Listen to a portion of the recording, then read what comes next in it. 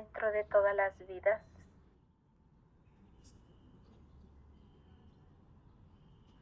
dentro de todos los vínculos, dentro de todos los espacios,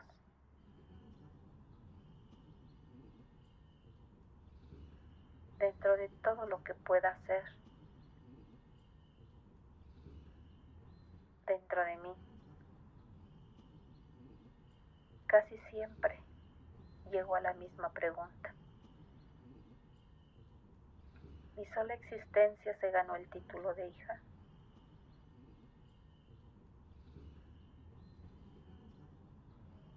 ¿De ser yo a quien elijan? ¿Cuánto tiempo más podré tardar para dejar de sentir que en este espacio nuevo también soy parte?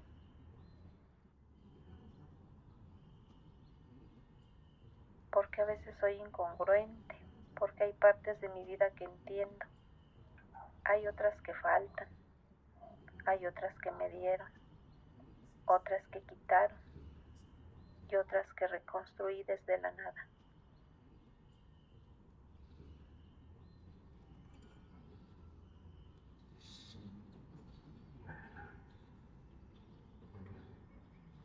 ¿Qué pasa con el miedo? ¿Qué pasa con la incertidumbre? ¿Quién entenderá mis dudas? Hay cosas que mi cuerpo entendió de algún modo. No todas las noches duermo tranquila, entre hija y no hija, entre ser y no ser. Hay una línea intermedia que me desdibuja, que me fragmenta, que no me hace entender quién soy del todo, que no termina de entender qué tan importante es una silla para mí en la mesa, una cama, una pregunta, pero que aún sin comprenderlo sabe que hace falta.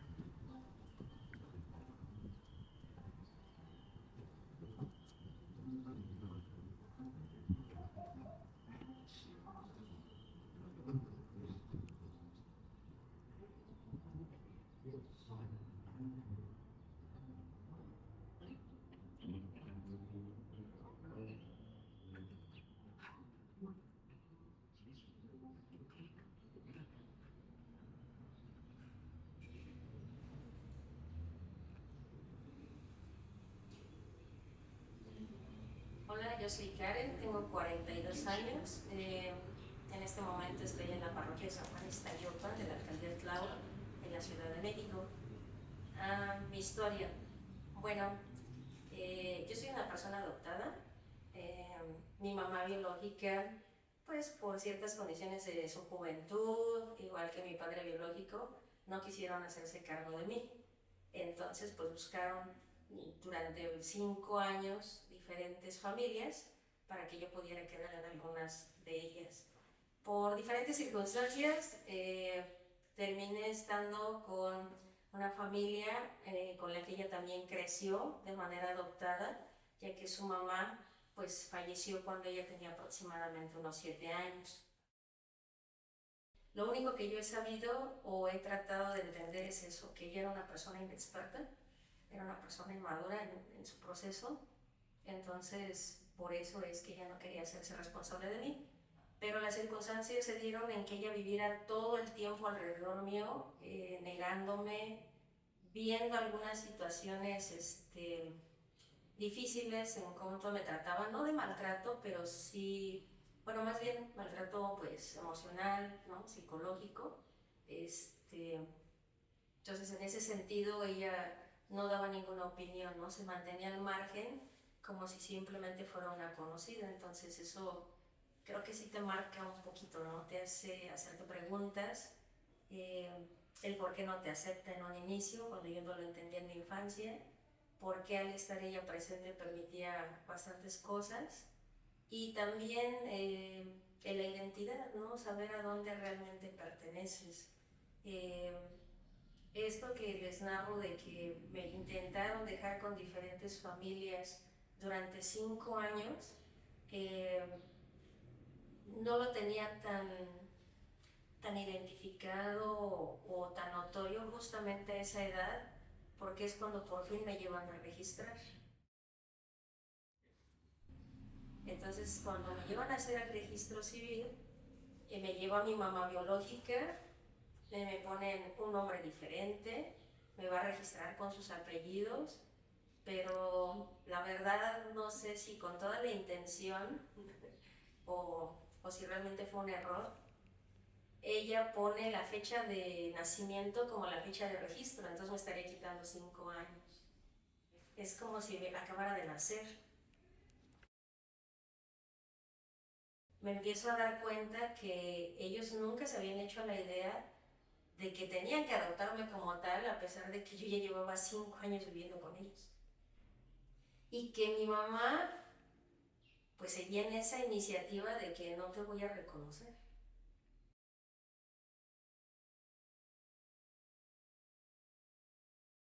En ese momento me doy cuenta que no pertenezco a un lugar, ¿no? Ya más claramente.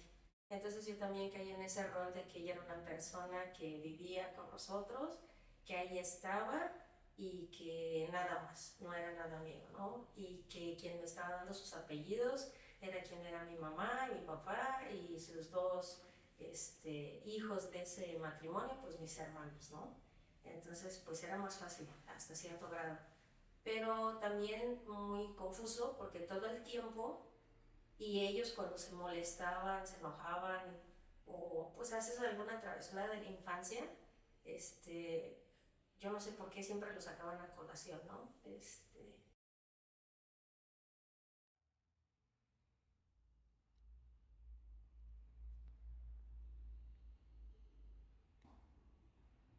En ese entonces vivíamos en la delegación, bueno, actualmente alcaldía Cuauhtémoc, ¿no? En un departamento pues bastante amplio y pues a mí me tenían que dejar en el departamento porque pues no había nadie que me cuidara, ¿no? E incluso había fotografías de eso que la verdad a lo mejor por todos los sentimientos que me mueven, me recuerdan, rompí. Dejaban mi comida en el suelo,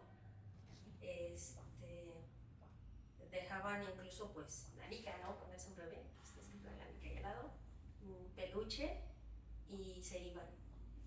Y una persona que trabajaba con ellos, de cuando en cuando, como una vez al día, me iba a dar una vuelta y pues medio recuerdo que creo que según cuenta también ella, una vez que platicó conmigo, pues me cambiaba, me hacía algo. Pero yo fuera todo el día, estaba yo ahí.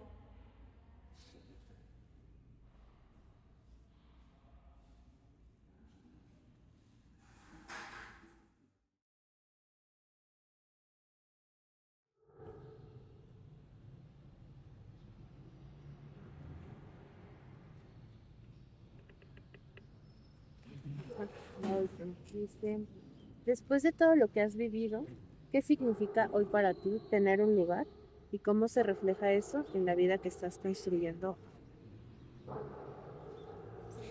Definitivamente tener un lugar es importante porque es ese espacio donde que lo sientes tuyo, ¿no? Donde puedes tener ese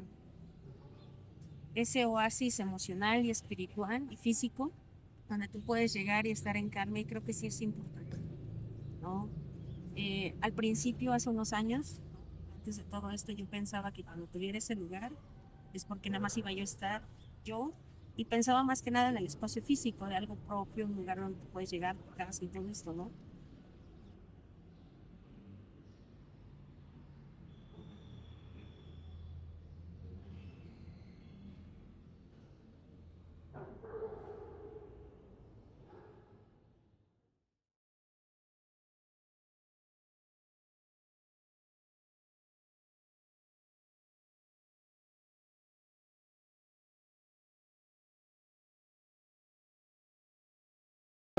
Hola, soy la Guacha de Guerrero. Estamos grabando en Nezahualcóyotl, en Plaza Jardín, en el Estado de México. Tengo 58 años, soy original del Estado de Guerrero. Tierra caliente de la sierra, rumbo a Ciudad Altamirano, Guerrero. Dice mi mamá que yo decidí irme a pueblo donde mis abuelos se fueron, pero yo era una niña, tenía 5 años físicamente.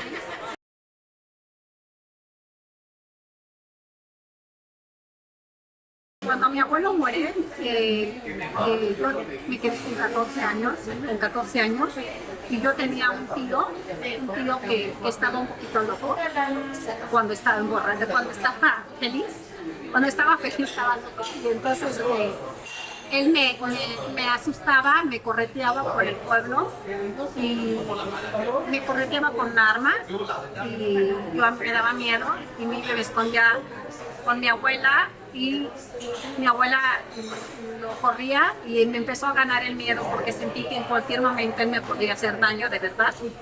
Y me regresé a mi casa, me regresé al rancho, al estado de Guerrero con mis papás. Yo tenía 14 años y dejé a mi abuela sola en el pueblo con su otro hijo, pero me regreso y cuando yo regreso a la casa me entero que eran 10 hermanos, que tenía 10 hermanos. Me entero que mis hermanos no nos conocíamos y yo le decía mamá a una de su hija, de una hermana me dijo, ¿le dices mamá a mi mamá? Y le dije, sí, es que es mi mamá. Y me dijo, es que también es mi. Entonces, la verdad es que descubrimos pues, que éramos hermanas porque ni siquiera nos conocíamos, ¿no?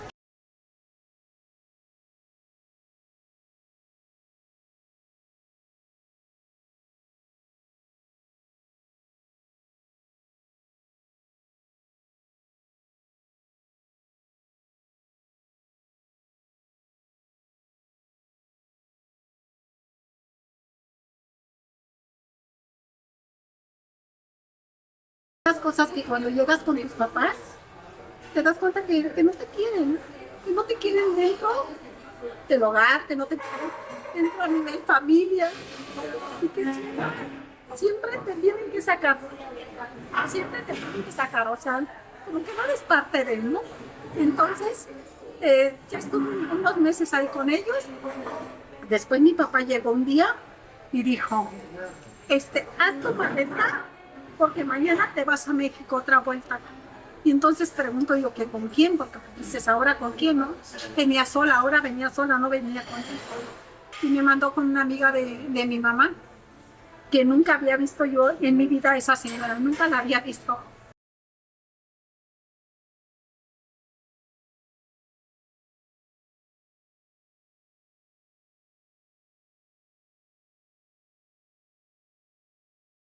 La primera vez que yo vine a la Ciudad de México fue por Iztapalapa. Me llevó a una casa. Se vino él con sus 2 hijos y yo, éramos 3 hijos y mi papá con un señor que había puesto una granja en mi rancho y él tenía una fábrica aquí en la Ciudad de México y que nos iba a dar trabajo, dijo que nos iba a dar trabajo. Entonces nos dio para que durmiéramos debajo de la escalera de su casa, ahí dormíamos los 4 y yo trabajé como sirvienta 6 meses en la casa de esta señora, mis hermanos y mi papá en la fábrica del señor, pero luego mi papá se enojó con el señor, no sé, hubo algo que no le gustó a mi papá y nunca dijo qué, y agarró a sus hijos varones y se fue. No me dijo a mí, oye, ¿te quieres ir o vámonos al baño? Nunca me dijo nada, entonces me dejó.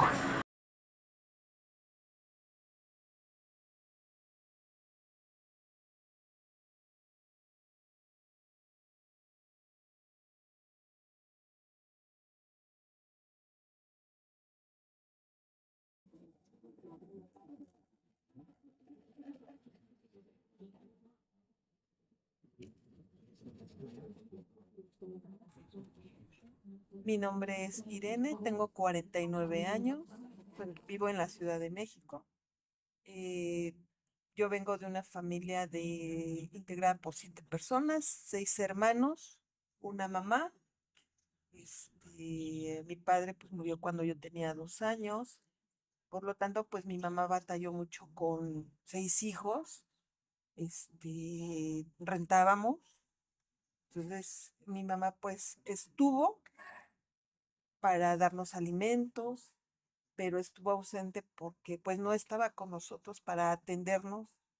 La maltrataba mucho su mamá, al grado de no dejarla, de que luego no las alimentaba a ella y a sus hermanas. Entonces todo eso mi mamá lo ha cargado durante toda su vida y pues con nosotros, pues ella tenía que trabajar.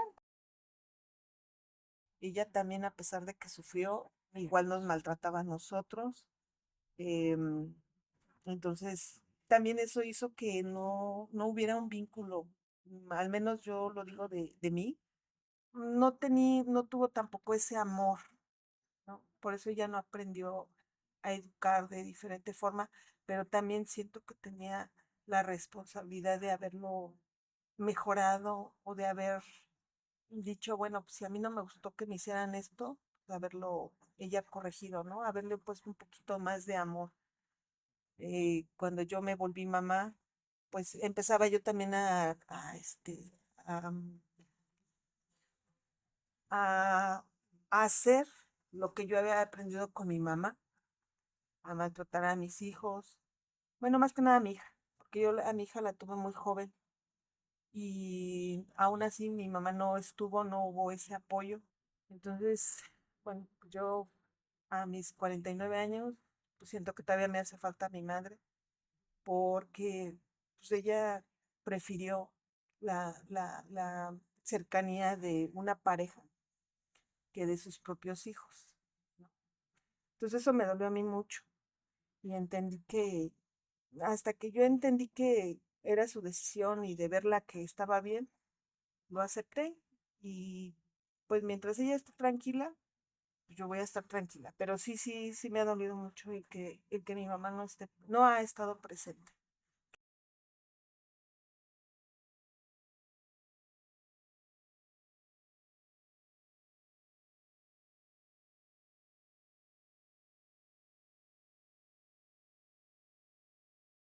Que ella ha sido más mujer que madre y prefirió mejor irse a su pueblo, a hacer vida con alguien, que a estar con nosotros, sus hijos, que queríamos cuidarla, estar presente con ella, compartir cosas que no pudimos compartir cuando éramos pequeños. Bueno, tuvimos la oportunidad de que ella pudiera estar. Ella eligió no estar y pues se respeta. Ahora yo con mis hijos trato de estar presente. Yo también he tenido mucho dolor por la niñez que he vivido, por mis situaciones, porque fui madre soltera de mi hija, ya después con el papá de mi hijo, que me ayudó mucho con mi hija, pues traté de, este, de tener una buena familia con mis hijos.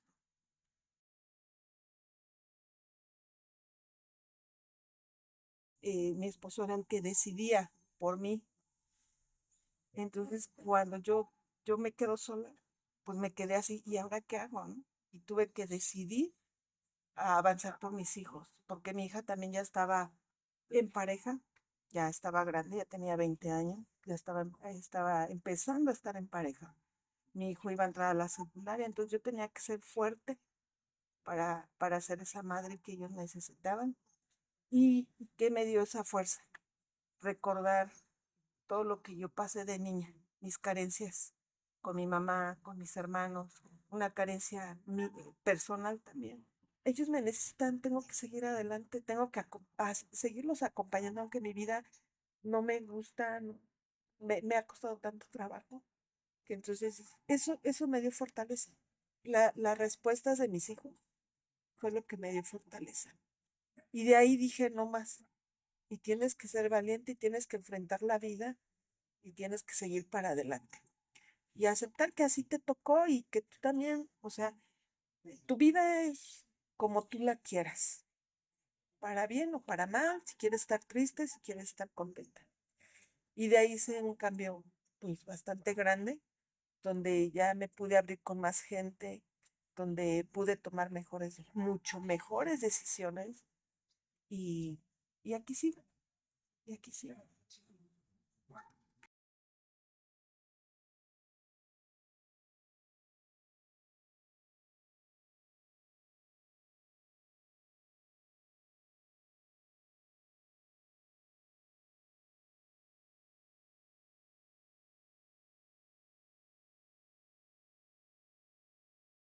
Son recuerdos que merecen volver,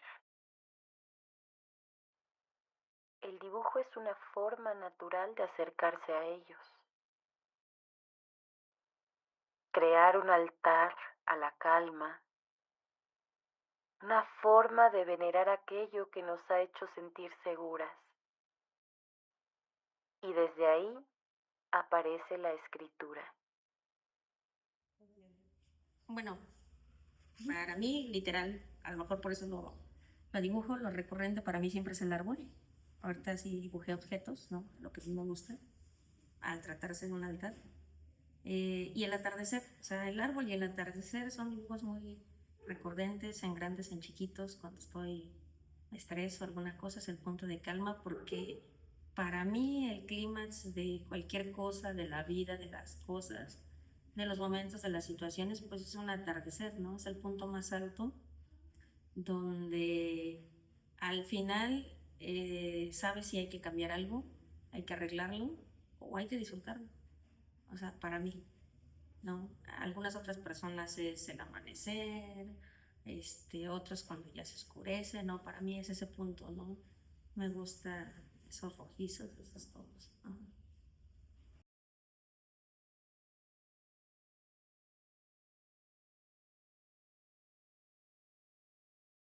Esto es lo que representa, yo creo que el abuelo decía que cuando pusiéramos una ofrenda, nuestros familiares vendríamos y teníamos que estar muy contentos, muy felices, llenos de amor.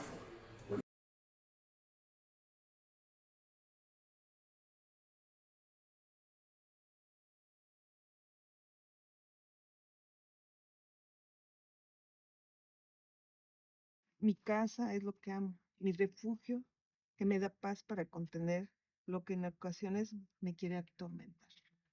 Por eso es la casa en el altar y esta soy yo, porque yo misma me tengo que contener, pero mi refugio es mi casa, es donde tengo la paz para pensar y calmarme.